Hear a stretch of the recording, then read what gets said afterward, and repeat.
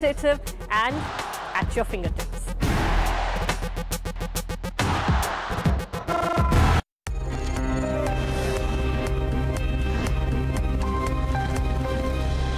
RIL numbers are out, and the big number actually for markets that will determine the course on Monday morning. Numbers look below estimate if you compare the net profit number as well as the GRM, which is all important variable that all the analysts watch out for, the core earning metric, so to say.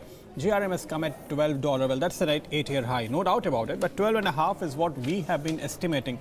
Interestingly, when we calculate GRM, what you look at it, just to clarify, the gross refining margin is the earnings that accrue to the company by processing 1 barrel of crude. And there, if you look at the regional benchmarks, Reliance has so far been able to earn a very strong premium over the regional benchmarks. But this time around, it looks like the premium has actually fallen below $4. That compares to $5.50 premium that Reliance got in last quarter. So that is one salient feature that we have seen so far. If you look at all the other metrics as well, net profit is at 82.65, which is below our estimate of 86.65. Although some agencies and brokerages were in that range, closer to 8,000, and a few were actually closer to 9,000 as well. But this is actually closer to the more conservative estimate, the number that we see here. Some more details as and when they come out, we'll talk about it, how various segments have done, and we'll also give you the details about that, and we'll also speak to the experts. But right now, if you look at it, the numbers are definitely below estimate, slightly below estimate at least if you compare with the R number, but I think GRM would be a big disappointment. Now, what happened last quarter, GRMs were strong. They were much better than what analysts expected. Last quarter GRM were also at a record high level, in fact at 11.9 when analysts were expecting 11.2.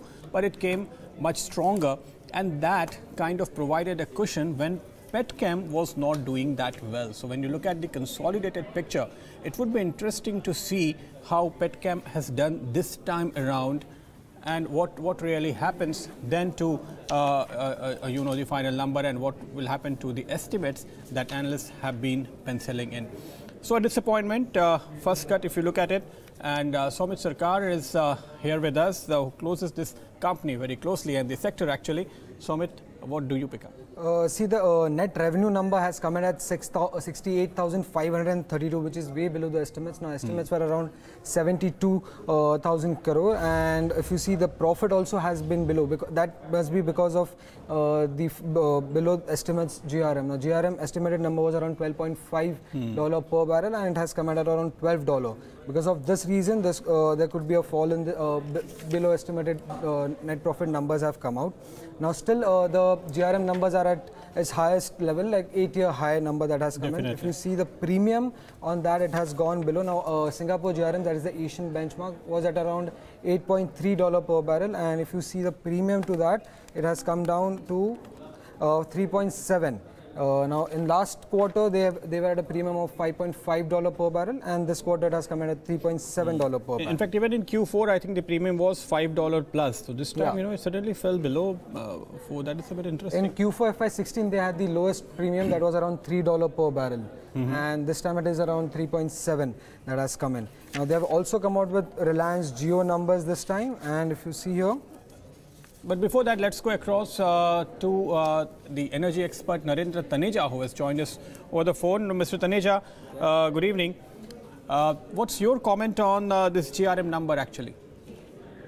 To be honest, I was expecting a little more, and because given the overall situation which generally favors Reliance in these kind of the ground realities in terms of demand and supply, and also the markets from where they source their crude. So I'm a little bit, I wouldn't say disappointed, but I was expecting it to be higher GRM, probably one of the highest so far in Reliance history. But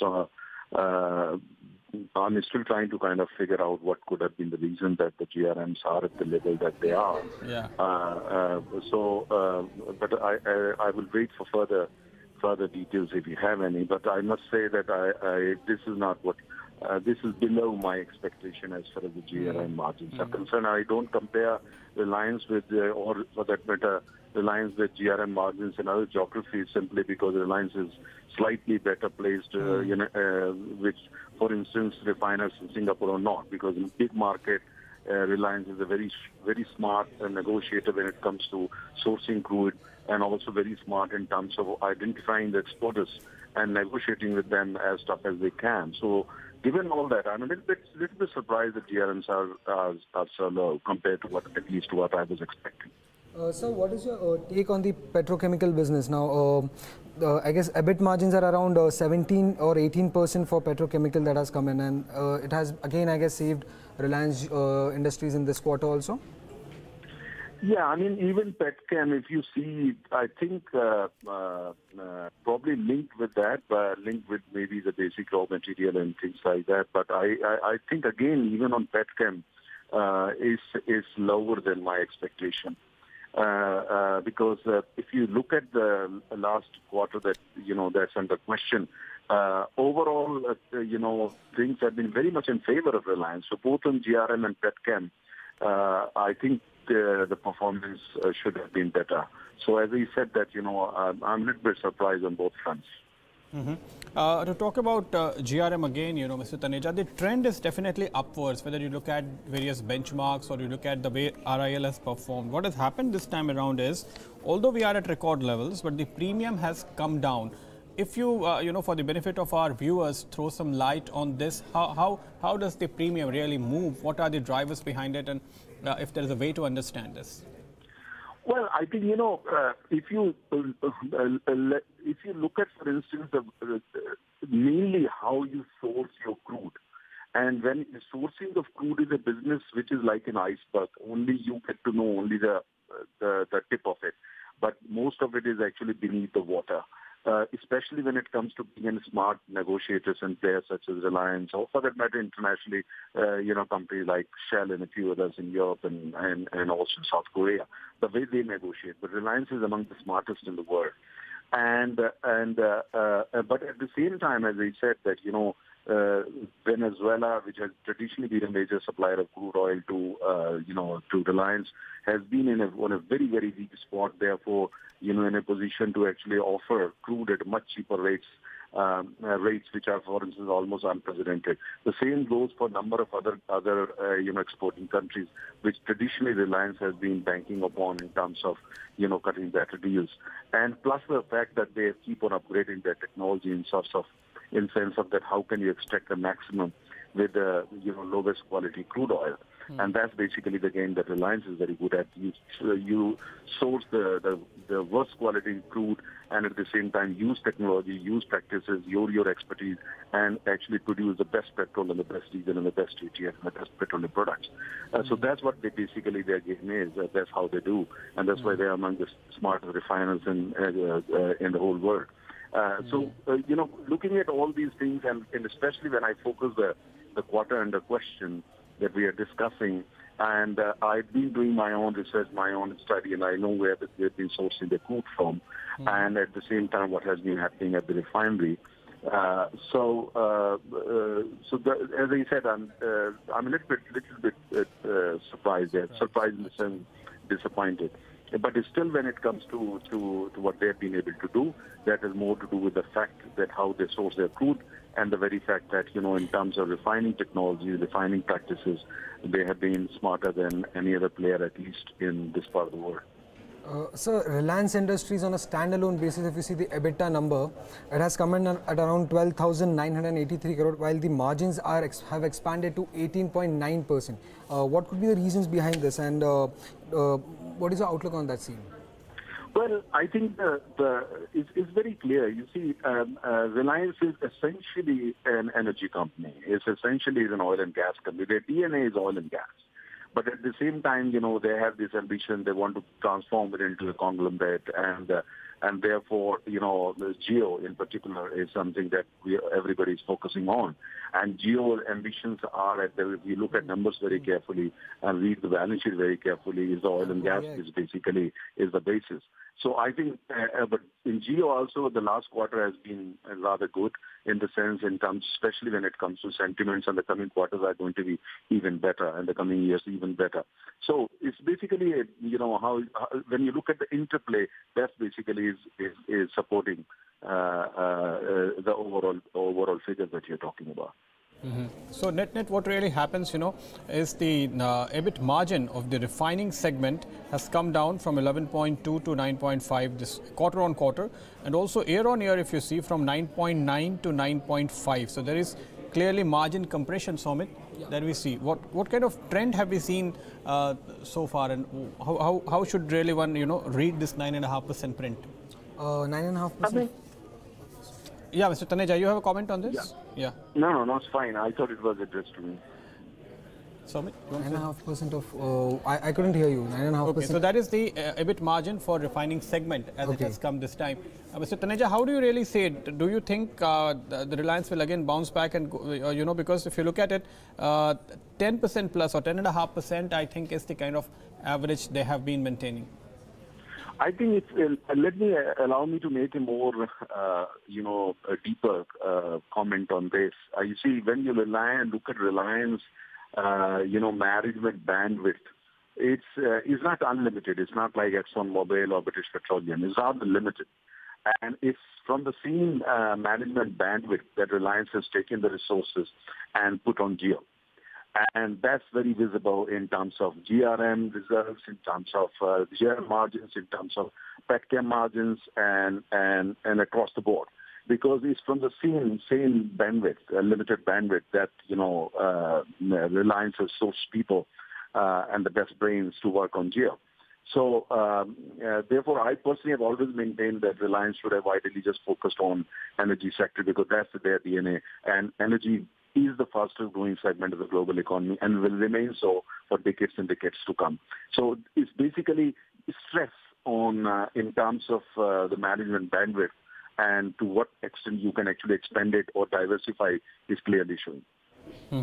So the update on Jio, if you look at it, 271 crore is the loss that they have announced. They've also announced 13.8, almost 14 crore subscribers, wireless data subscriber base.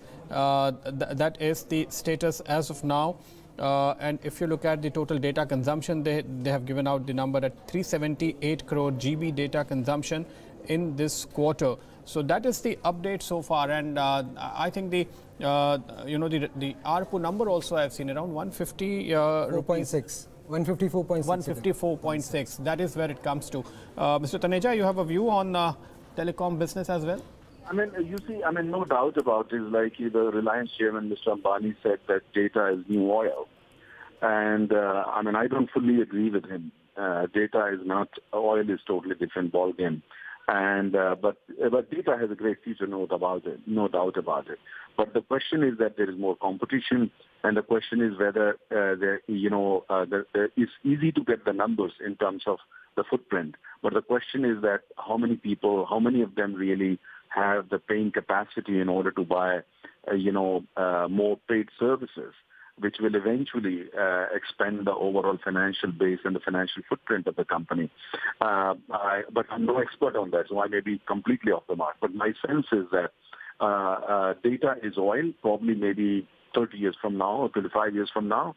But as far as present is concerned, I think oil and gas, petchem, this is the business which is going to stay as the kind of mainstay of Reliance for a long time to come, and therefore they should be focusing on more on that. But telecom is a great business, and I think there is not per se telecom. What is basically going to drive profits are going to be how do you use data in order to for other services, including entertainment, news, and so on and so forth. So there are so many other things. But that, as I said, is a completely uncharted territory as far as Reliance is concerned. On EBIT front, Reliance Jio has done a profit this time. So what is your take on that? And like this was really not expected. This was really not expected, and on EBIT front it has come a positive number. 260 crores is the profit number at EBIT level. Mr. Taneja? Yeah. Okay. Well, no, but I would say I'm not surprised. I mean, I wouldn't say I was expecting, but I think the way things are going and the way, for instance, they have managed the business. After all, at the same time, I mean, let's not forget one thing. When it comes to the management of business and delivery, Reliance is still among the very best in this part of the world, not only in India. So, I mean, they have undertaken this business. They've put in billions and billions now, and they're going to make sure that they not only deliver to what they have promised to the consumers and to the country and at the same time and to the shareholder, but at the same time they make money on that. So I think that's going to happen. And again, telecom, you know, the overall game is already changing as we can see these mergers and all that, alliances, things like that. But as we said, the main thing is that it's important that Indian economy continue to grow at the same time at a faster pace, and more people graduate to data economy of the country, which is inevitable. The only question is that, you know, is Reliance going to move faster than the overall, growth in the data economy of the country, or the data economy of the country is going to follow Reliance? These are some other. For instance, GST is a great boost for Jio business, because now people have no option but to really graduate into data economy, so that they, just for the sake of compliance, is nothing else. So I think overall growth is going to be there. And but as I said, it will be interesting to see how a company which is essentially by DNA is an oil and gas company going to become a conglomerate like GE and have, at the end of the day, maybe 30 years from now, when oil is not that important, data business actually be the mainstay. But that's all in the ambit of future, and I would rather refrain from commenting on that. I know for sure that oil is a great business, will continue to be a great business for the next 30 years. Gas is going to be a big business for the next 60 years. And if you're an oil and gas, you just can't go wrong. So, Taneja, but don't you think that analysts are going to actually focus on the performance of Rel Jio? And as you mentioned, while company has been focusing on, customer acquisition and expansion, if they have managed to deliver, positive EBITDA, that would really bode well for the future financial performance as well. I mean, you see, it all depends on, as I said, it all depends on, unlike oil and gas, where, that oil in particular, where the market in India is growing at about 7% and is likely to grow actually even further and probably at that to 11% very soon. So there, things are very clear, the rules are clear, the horizons are very clear. It's very easy to do numbers. How much today we have 4 billion barrels a day. By 2040, we're going to be 10 million barrels a day, kind of when it comes to oil consumption. So there you just can't go wrong. But data, as far as concerned, is there. We don't know, tomorrow if there is any disruptive technology in terms of, data business or telecom business. We don't know that, because in this business, there is so much happening. There's so much new research happening and all that happening. So it's very, very difficult to say. I mean, how things can suddenly change just because there is a new technology which is much cheaper, which is basically you don't need to be a big player to enter that, a technology which can just come out of your own bedroom or out of your kitchen. So we don't know.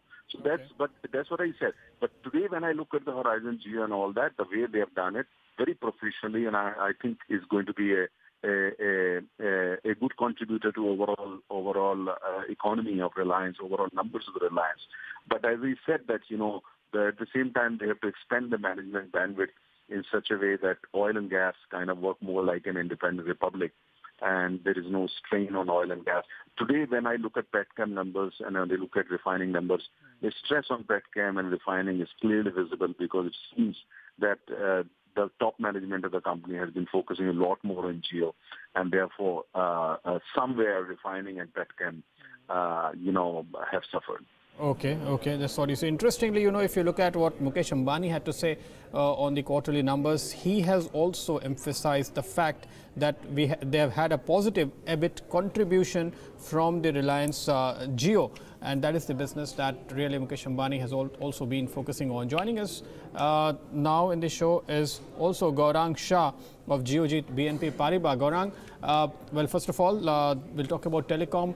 What's your view? It's a good news not only for RIL but maybe for the industry that Reliance is also making money, not only acquiring customers. Hi, good evening. One small correction. The company is now Geojit Financial Services and not Geojit BNP Paribas. So just stand corrected over there. On Reliance Industries, well, I think on the petchem, on the Reliance Jio front, and of course on the retail front, the company has done reasonably well. A slight bit of disappointment on the margin front, and like you were mentioning, a bit positive on Jio is a huge positive, and my sense is that now we can possibly look forward for better numbers in terms of dissecting the business of Jio as we go forward from here on. And no negative is positive according to me. So yes, there is scope of improvement going forward from here on, which I sense would definitely come through as business strategies unfold going forward. GRMs have come in at $12 per barrel below estimates. So do you think this is something that the street will take negatively on Monday? I don't think so, because there could have been factors affecting it, and the crude oil prices have been volatile, not to forget about that. But instead of 12.5, it is coming at 12. I don't think it's all that negative that one has to get concerned in terms of long-term investment.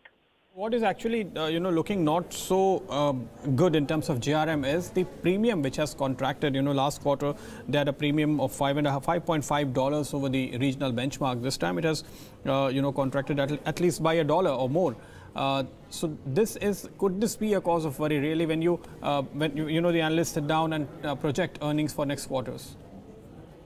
Well, it could possibly, like what I said, our sense is basically that oil prices are likely to be at a lower level rather than being at an elevated level. There are news flows which are driving speculation margins higher in the crude oil basket globally. But once the dust settles down, then of course you have more output coming through. You had recent announcements from OPEC led by Saudi Arabia of production cut, etc., which will be carried forward. But on the flip side, you have oil coming out from other countries, which is creating sufficient supply. And there is no mismatch in terms of consumption and supply route. So marginal miss should not be taken as a big negative.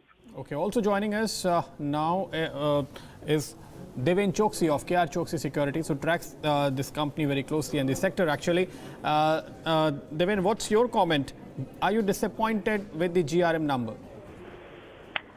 Yeah, good evening, Pradeep. I'm not so disappointed, and I tell you the reason why I'm not disappointed. Actually, I think the refinery shutdown which took place and which led to higher margins, the crack margins for most of the refining products, they cannot be completely passed over to the customer because you have a contract with the customer. Maybe I think $12.5 which was estimated was based on that. Second estimate I think which was there was based on the premium that they have been enjoying on the Singapore GRM, which is not a bad benchmark. But at the same time, one must remember that I think in a given situation, I think you might have to adjust the prices because of the cost going up on the refining crack side for most of the customers. So I think they may probably absorb some part of the cost. That is one reason.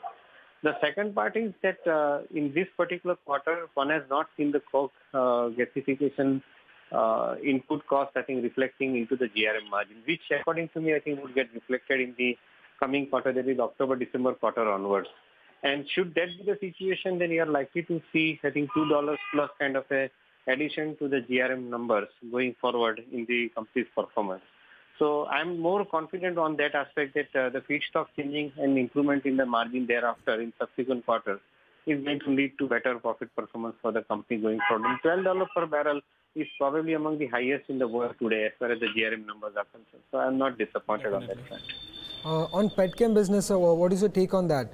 Because it has reported its highest ever EBIT and also the EBIT margins for this quarter, and I guess it's that segment that has been driving profits for the company.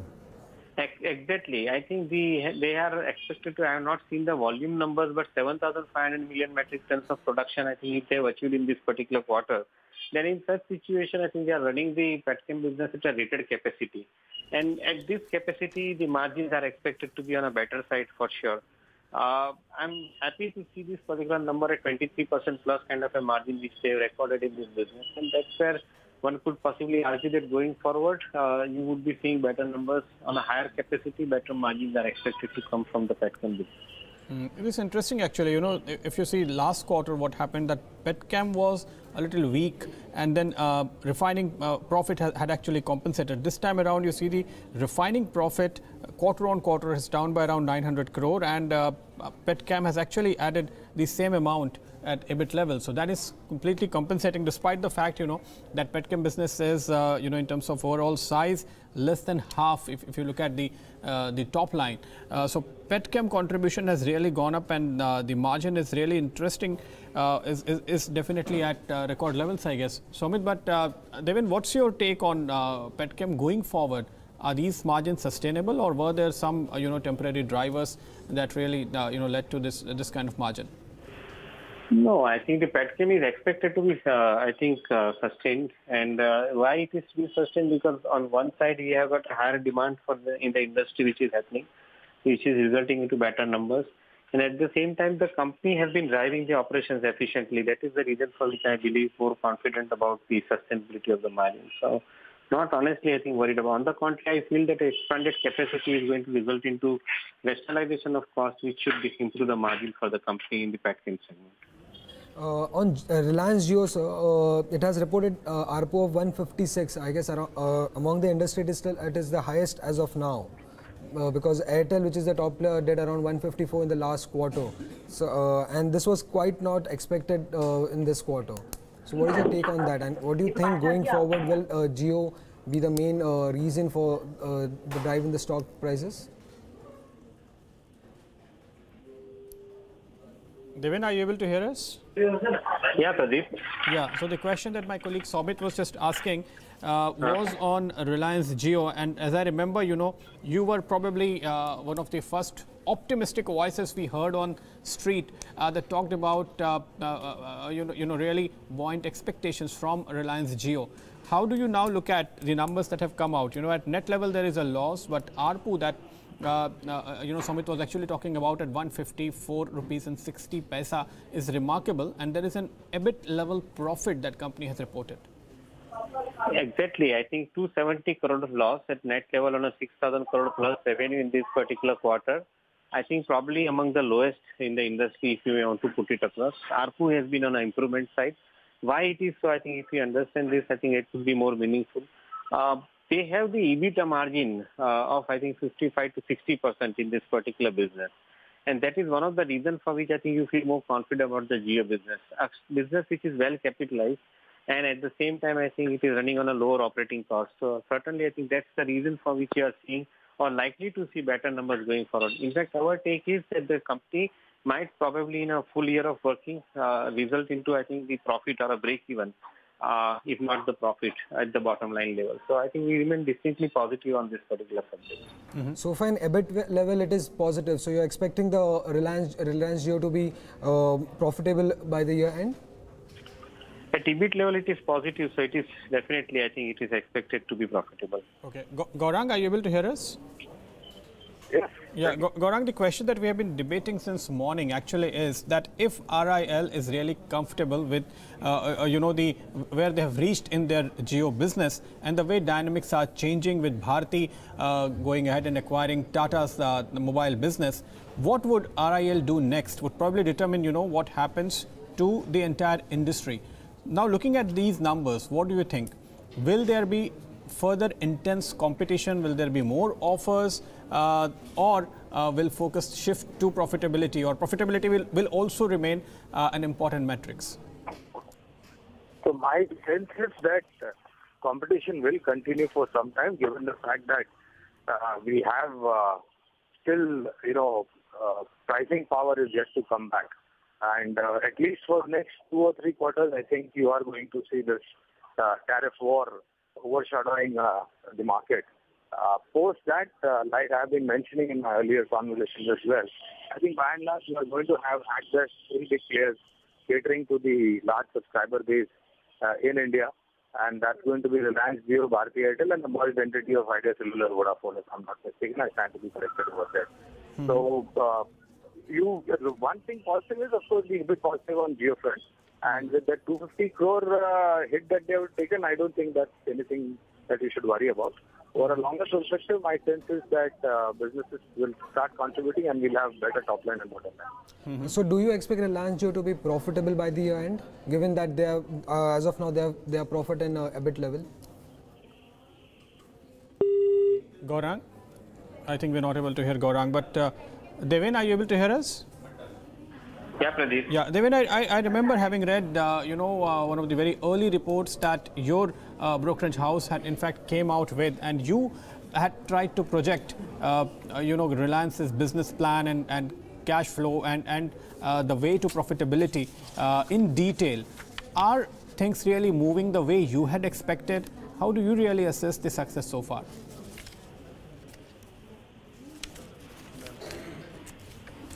Devin, are you able to hear me? No, I think there's some technical problem. So we'll try and get back to that. But interestingly, the focus will probably shift to the telecom business, the way management has also tried to highlight. And these are the very, very first data points that the street really has to work with. We have been waiting for some details, financial details of Reliance Jio. So far, we have only been hearing the subscription data. That too, I think, was missing for last few months, and the updates were quite sporadic when it came to the subscription numbers for RIL. Now today we have a number to work with. Now we exactly have around 14 crore subscribers. That is what, around 11 to 12% of the total subscriber base in India. With 12% total subscriber base, they are doing a revenue of 6,147 crore. That is quarterly revenue, and they also have an EBIT profit plus this ARPU number of 156, which is the highest as of now in the industry. Now, Airtel, who has been doing business for such a long time, had a ARPU of 154 in the first quarter of financial year 2018, and Reliance has come out with a number of 156. So there is going to be some pressure on the other telecom incumbents, as we see. And if you see the revenue that they have come out with, that is 6,100, is closer to Idea Cellular's quarterly revenue. If you just see the wireless business, in first quarter, Idea Cellular's wireless business had a revenue of around 6,100 crore. So it's very closer to that. Okay, so that is the picture so far. So what the key takeaways from this performance really is that the core business, that is the refining business, has not really done as well as analysts have been expecting it to do.